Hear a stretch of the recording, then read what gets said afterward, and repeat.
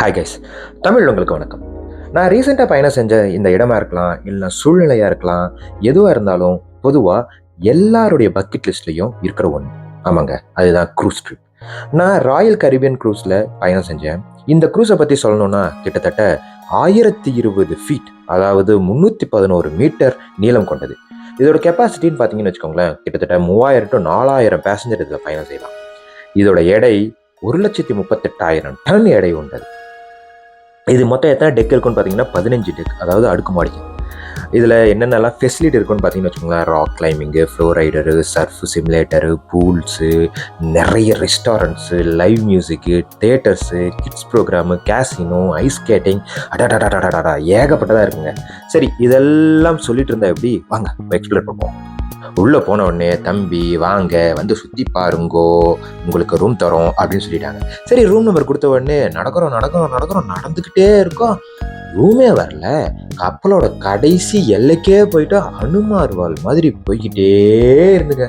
கடைசியில் ரூம் வந்துச்சோ இல்லையோ, எங்களுக்கு கால் வலி வந்துச்சு. சரி, ஒரு வழியாக ரூமை கடைசியில் போய் கண்டுபிடிச்சிட்டோம். அந்த ரூமை கண்டுபிடிச்சதுன்னே எங்களுக்கு ஒரு ஆச்சரியம். ஏன்னா அதில் கீ இல்லை. கீ இல்லாமல் என்ன கொடுத்தாங்கன்னு பார்த்தீங்கன்னா ஒரு பாஸ் கொடுத்தாங்க. அதுதான் இவங்களுடைய பாஷையில் செயில் பாஸ் அப்படின்னு சொல்லுவாங்க.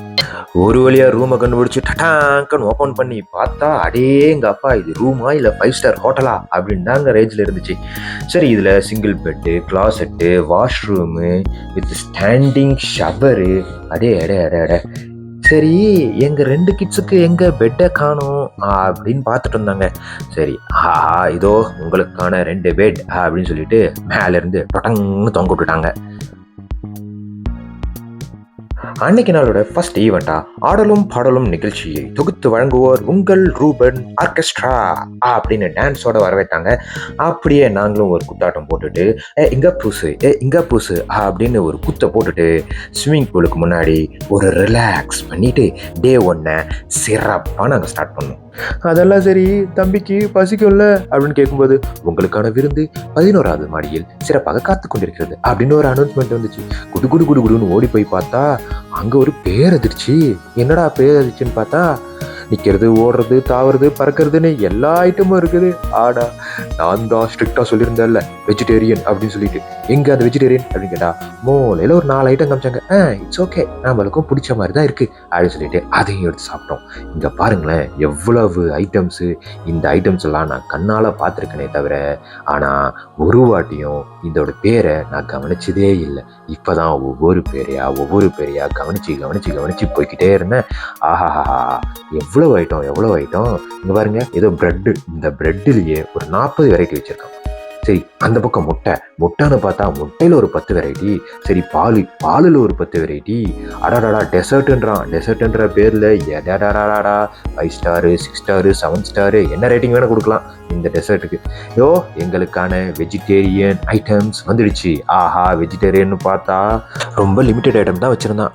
சரி, அதையும் நல்லா கட்டிட்டு தேட்டரில் போய் படம் பார்க்கலான்னு சொல்லிட்டு போலார் எக்ஸ்பிரஸ் வாவ் அப்படின்னு சொல்லிட்டு 5வது மாடியில் உங்களுக்கான சிறப்பு காட்சி கிடைக்கும் அப்படின்னு சொல்லிட்டான். சரி, அந்த சிறப்பு காட்சியை போய் பார்ப்போன்னு பார்த்தா தேட்டரில் கிட்டத்தட்ட ஒரு 1000 பேர் உட்காரல மாதிரி இருக்குது. அவ்வளோ பெரிய தேட்டரு 5வது மாடியில். சரின்னு போய் பொறுமையாக ஒவ்வொரு சீட்டாக போய் பார்த்தோம். இது ரொம்ப படம்ன்றதுனால யாரையும் காணும். ரொம்ப கொஞ்சம் பேர் தான் இருந்தாங்க. நாங்களும் நல்லா பார்க்குற மாதிரி ஒரு சீட்டை போட்டுட்டு அமைதியாக போய் அங்கே உக்காந்தோம். ஆஹா, என்ன ஒரு ஃபீலிங்கு, நடுக்கடலில் படத்தை பார்க்குறது. அடுத்த கிட்ஸ் பிளே ஏரியா அப்படின்னு சொல்லிட்டு ஒரு பெரிய கப்பலுக்குள்ள ஒரு கடல் ரேஞ்சுக்கு நிறைய கிட்ஸுக்கான விளையாட்டு உபகரணங்கள் இருந்துச்சு.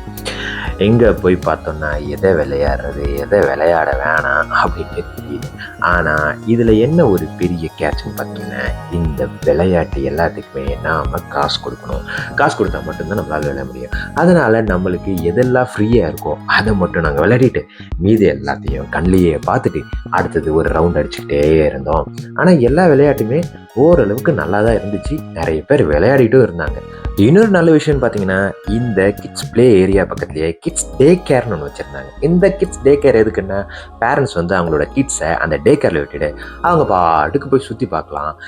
ஏன்னா கிட்ஸ் ரெஸ்ட்ரிக்டட் ஏரியாவான கேசினோ உள்ளேருந்து அந்த கேசினோக்குள்ளே நீங்கள் போய் பார்க்கணுமோ இல்லை விளையாடணுன்னா கிட்ஸ் அங்கே அலௌடு இல்லை.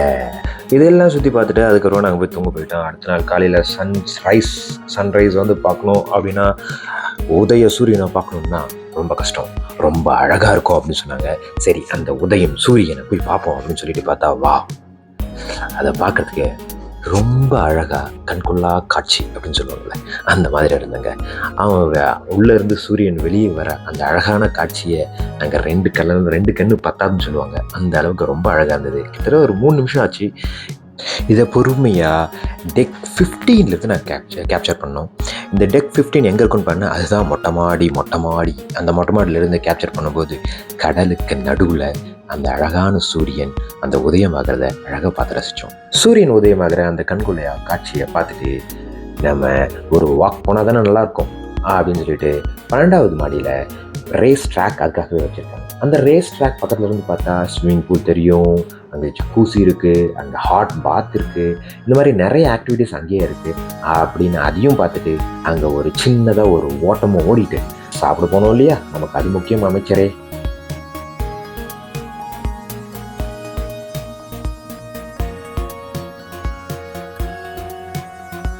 அதுக்கு முன்னாடி நாள் நைட்டு நாங்கள் சாப்பிட்ற டைனிங் ஏரியாவிலேருந்து எங்களால் எந்த கடலோட வியூவும் பார்க்க முடியல.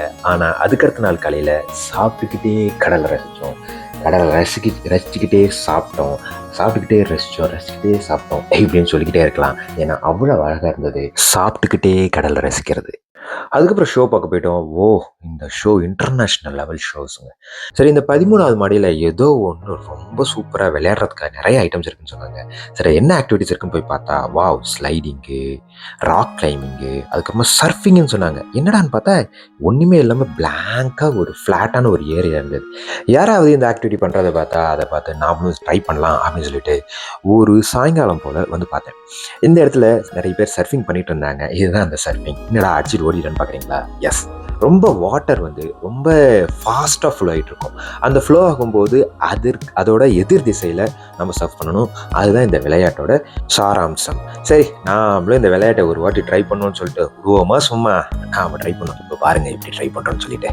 காலில் நடுக்கும், வாயில் பதட்டம் அப்படின்ற ரேஞ்சுக்கு தான் நான் அப்படி ட்ரை பண்ணேன்.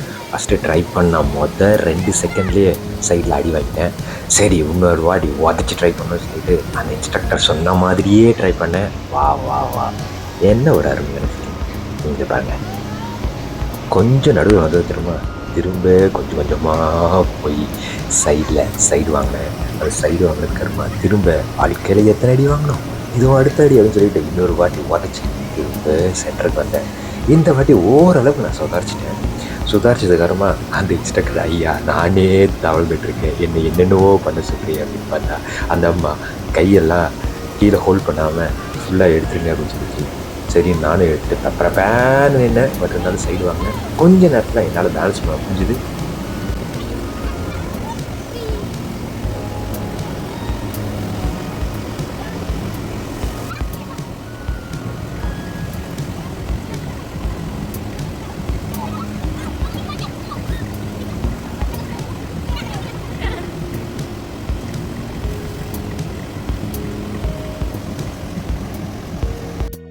இந்த ஆக்டிவிட்டிலாம் முடிச்சுட்டு 12வது மாடியில் சன்செட்டை போய் பார்த்தோம். சன்செட் பார்க்குறதுக்கு ரொம்பவும் அழகாக இருந்தது, கண்கொள்ளா காட்சியாகவும் இருந்தது. அந்த சன்செட்டை நாங்கள் மேலே இருந்து படுத்துக்கிட்டே பார்த்தோம், நின்றுக்கிட்டே பார்த்தோம். எப்படி பார்த்தாலும் சன்செட்டுன்றது ரொம்ப அழகு தானே. அதுவும் கடலுக்கு நடுவில் சன் ரைஸ் ஆகுறதும் சரி, சன் செட் ஆகுறதும் சரி, ரொம்ப அழகாக இருந்தது அதை பார்க்குறது. அடுத்ததாக நாங்கள் ஒரு கண்ட்ரியான டொமினிக்கன் ரிப்பப்ளிக், அந்த கண்ட்ரியில் புர்ட்டோ பிளாட்டா அப்படின்ற ஒரு சிட்டியை நாங்கள் போய் பார்த்தோம். அந்த சிட்டி வந்து பார்க்குறதுக்கே ரொம்ப அழகு, ரொம்ப சின்ன சிட்டி. அதில் ஒரே ஒரு ஹைவே தான் இருக்கும், இது எல்லாமே வந்து சின்ன ரோட்ஸ் தான் எல்லாமே. ரொம்ப சின்ன சிட்டி. அங்கே வந்து US டாலர்ஸும் அக்செப்ட் பண்ணாங்க, அண்ட் தென் டொமினிக்கன் ரிப்பப்ளிக் டாலரையும் வந்து அக்செப்ட் பண்ணாங்க. அதை பார்த்துட்டு எகைன் நாங்கள் க்ரூஸுக்கே திரும்ப போயிட்டோம். எகைன் க்ரூஸ்க்கு போனதான ரீசன், மெயின் ரீசன் பார்த்தீங்கன்னா இந்த ஐஸ் ஸ்கேட்டிங் ஷோவை பார்க்குறதுக்கு தான். உங்களுக்காக சில கிளிப்ஸை வந்து நான் கேப்சர் பண்ணியிருக்கேன், அதையும் நீங்கள் பார்த்து ரசிங்க. ஆனால் இதுவும் வந்து ஒரு இன்டர்நேஷ்னல் ஷோ தான். ஏன்னா நான் இதுக்கு முன்னாடி இந்த மாதிரி ஷோவை நான் வாழ்க்கையில் பார்த்ததே இல்லை. இதுவும் இந்த க்ரூஸில் நடக்கிறதுன்றது ரொம்ப ஆச்சரியமான ஒரு விஷயம். அதுக்கு அடுத்த நாள் இந்த கிட்ஸுக்குன்னு சொல்லி சில ஆக்டிவிட்டி இருந்தது. கிட்ஸ் ஆக்டிவிட்டிஸ் என்னென்னு பார்த்தீங்கன்னா சயின்ஸ் ஆக்டிவிட்டி, அதே மாதிரி மூளைக்கு வேலை, இந்த மாதிரி கிராஸ்வேர்டு, பசில், இந்த மாதிரி நிறைய ஆக்டிவிட்டி இருந்தது. அதில் இதுவும் ஒரு ஆக்டிவிட்டி. அதுக்கும் நாங்கள் போனோம். அந்த ஆக்டிவிட்டிலாம் முடிச்சுட்டு நாங்கள் ராக் கிளைம்பிங் ஆல்ரெடி நான் உங்கள்கிட்ட சொல்லியிருந்தேன். ராக் கிளைம்பிங் வால்லாம் அங்கே இருக்குது அப்படின்னு சொல்லிட்டு உங்களுக்கு ஆல்ரெடி இதில் காமிச்சிருந்தேன் இந்த வீடியோவில். சரி, இதில் எங்கள் கிட்ஸ் வந்து ட்ரை பண்ணணும்னு கேட்டாங்க. சரி ட்ரை பண்ணலாம் அப்படின்னு சொல்லிட்டு போய் அவங்க ஜங்குன்னு ஏறினாங்க. கொஞ்சம் நேரம் தான் ஏற முடிஞ்சது. அதுக்கப்புறம் அவங்க கீழே இறங்கி வந்துட்டாங்க. பட் ஸ்டில் இருந்தாலும் அவங்களும் என்ஜாய் பண்ணாங்க. ஆனால் இது அடல்ட்ஸ் ப்ளஸ் கிட்ஸ் யார் வேணா இந்த ராக் கிளைம் பண்ணலான்னு சொன்னாங்க.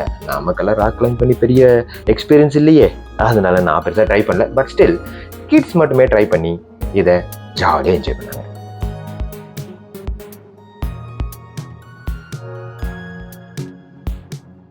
நேற்றைய பொழுது நல்லதாகவே முடிஞ்சது அப்படின்னு சொல்லிட்டு அடுத்த நாள் பர்ஃபெக்ட் டே விசிட் அப்படின்னு சொல்லிட்டு ஒரு இடத்துக்கு கூப்பிட்டு போனாங்க. அதுவும் கொஞ்சம் ஹாட்டான பிளேஸ் தான். இது என்னன்னு பார்த்தீங்கன்னா ராயல் கரீபியன் அவங்களே வந்து ஒரு ஐலாண்டை வாங்கி ஒரு பெரிய தீம் பார்க் மாதிரி ரெடி பண்ணி வச்சுருந்தாங்க. அந்த தீம் பார்க்கில் water ride, beach, private beaches இந்த மாதிரி நிறைய இருந்தது. நாங்கள் அந்த பீச்சிலலாம் போயிட்டு ஒரு குத்தாட்டம் போட்டுட்டு ஜாலியாக அப்படியே உட்காந்துட்டு அவங்களே வந்து சாப்பாடு அங்கேயே ரெடி பண்ணி வச்சுருந்தாங்க.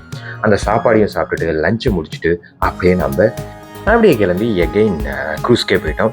அந்த க்ரூஸ்க்கு போகும்போது பார்த்திங்கன்னா ஒரு பெரிய க்ரூஸ் ஒன்று இருந்தது. அது இந்த ராயல் கரீபியன் கம்பெனியோட இன்னொரு பெரிய க்ரூஸ்.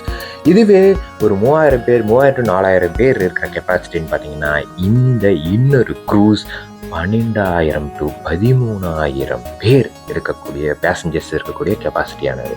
ஸோ நீங்களே யோசிச்சு பாருங்க எவ்வளவு பெருசு. இந்த க்ரூஸ்குள்ளே இல்லாத ஆக்டிவிட்டீஸே இல்லைன்னு சொல்லலாம். அதில் இதுவும் ஒன்று தான். இந்த ஜிம் பார்த்தீங்கன்னா நீங்கள் பண்ணுற எக்ஸசைஸ் எல்லாமே கடலை ஃபேஸ் பண்ணி நீங்கள் பண்ணிட்டு இருப்பீங்க. அப்படி கடலை ஃபேஸ் பண்ணி பண்ணுற ஒரு என்ஜாய்மெண்ட் இந்த க்ரூஸில் நம்மளுக்கு கண்டிப்பாக கிடைக்கும். இது வரைக்கும் அந்த க்ரூஸ்குள்ளே பெரிய தேட்டர் இருக்குது, பெரிய ஸ்கேட்டிங் ஏரியா இருக்குது, அப்புறம் டென்னிஸ் கோர்ட் இருக்குது, இந்த மாதிரி நிறைய பார்த்தோம். அதே மாதிரி இங்கே கான்ஃபரன்ஸ் ஹாலும் இருக்குங்க. இந்த கான்ஃபரன்ஸ் ஹாலில் நிறைய பார்ட்டிஸ் நடக்கும், நிறைய மூளைக்கு வேலை கொடுக்குற நிறைய ஆக்டிவிட்டிஸும் இங்கே நடக்கும். இங்கே நிறைய ஆக்டிவிட்டீஸ் எல்லாம் நான் சொன்னேன். Tennis court, basketball court, அதுக்கப்புறமா ஸ்கேட்டிங்கு, இந்த மாதிரி நிறைய ஆக்டிவிட்டீஸ் இருக்குது. அது மட்டும் இல்லாமல் இங்கே டேபிள் டென்னிஸ் ஆக்டிவிட்டீஸு, அப்புறம் செஸ்ஸு, எவ்வளோ பேர் காயின்ஸ் எல்லாம் இருக்கு பாருங்க. ஸோ இந்த மாதிரி நிறைய ஆக்டிவிட்டீஸும் ஃபார் கிட்ஸ் அலோன், அவங்களுக்கு எஸ்பெஷலி ஃபார் கிட்ஸ்க்கு வந்து நிறைய இருக்குது.